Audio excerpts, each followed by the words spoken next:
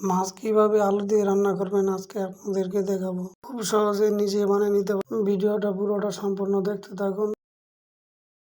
পেঁয়াজ, রসুন, কাঁচামরিচ কেটে নিব। তারপর আপনার পরিমাণ মতো আলু নিয়ে নিব। তারপর এগুলো ভালোভাবে পরিষ্কার করে কুচি কুচি করে কেটে নিব। এখন মাছগুলো ভালোভাবে ধুয়ে নিব। আপনারা এইভাবে ধুয়ে নিবেন। যারা আমার ভিডিওটা নতুন দেখতেছেন সবাই শেয়ার করবেন।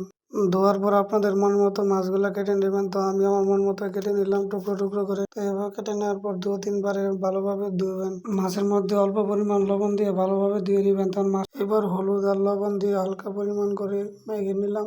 আপনারা ওইভাবে করে নেবেন।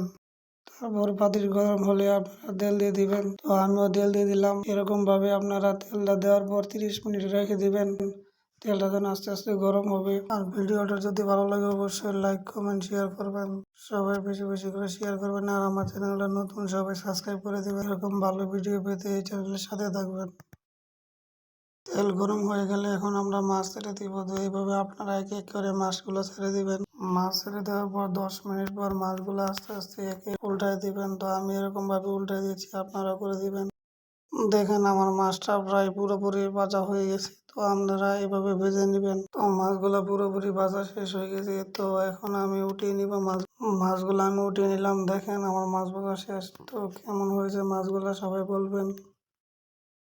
তারপর মরিচ, পেঁয়াজ, কাঁচামরিচ একসাথে তেলের মধ্যে দিয়ে দিবেন। তো আমি দিয়ে দিলাম। দিয়ে আস্তে আস্তে নাড়তে থাকবেন যেন পেঁয়াজটা লেগে না যায়। তো এরকম এদিক দিয়ে খেয়াল রাখবেন সবাই।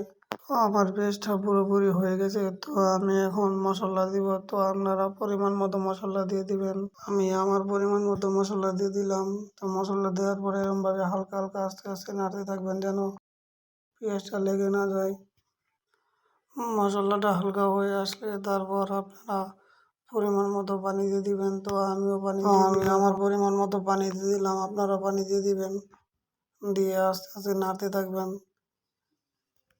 তারপর মশলাটা আস্তে আস্তে হয়ে আসলে আপনারা আলু দিয়ে দিবেন। তো আমিও আলু দিয়ে দিব এখন আমি আলু দিয়ে দিতেছি। তো আপনারা আলু দিয়ে দিবেন। আলু দেওয়ার পর ভালোভাবে নাড়া দিবেন। নাড়া দিয়ে ঢেকে দিবেন। 10 মিনিট পর আবার ভালোভাবে নেড়ে দিয়ে দিবেন। তো আমিও নেড়ে দিয়েছি, আপনারাও ভালোভাবে নাড়া দিয়ে দিবেন। তারপর আপনার পরিমাণ মতো পানি দিয়ে দিবেন। তো আমিও আমার পরিমাণ মতো পানি দিয়ে দিলাম। তো দেখেন আমার তরকারি প্রায় শেষের দিকে হয়ে আসছে। তারপর আপনার ভাজা মাছগুলো দিয়ে দিবেন। তো আমিও মাছগুলো দিয়ে দিলাম। দেখেন আমার তরকারি প্রায় শেষের দিকে হয়ে আসছে। তো ভিডিওটা কেমন হয়েছে সবাই জানাবেন, সবাই সাবস্ক্রাইব করে দিবেন।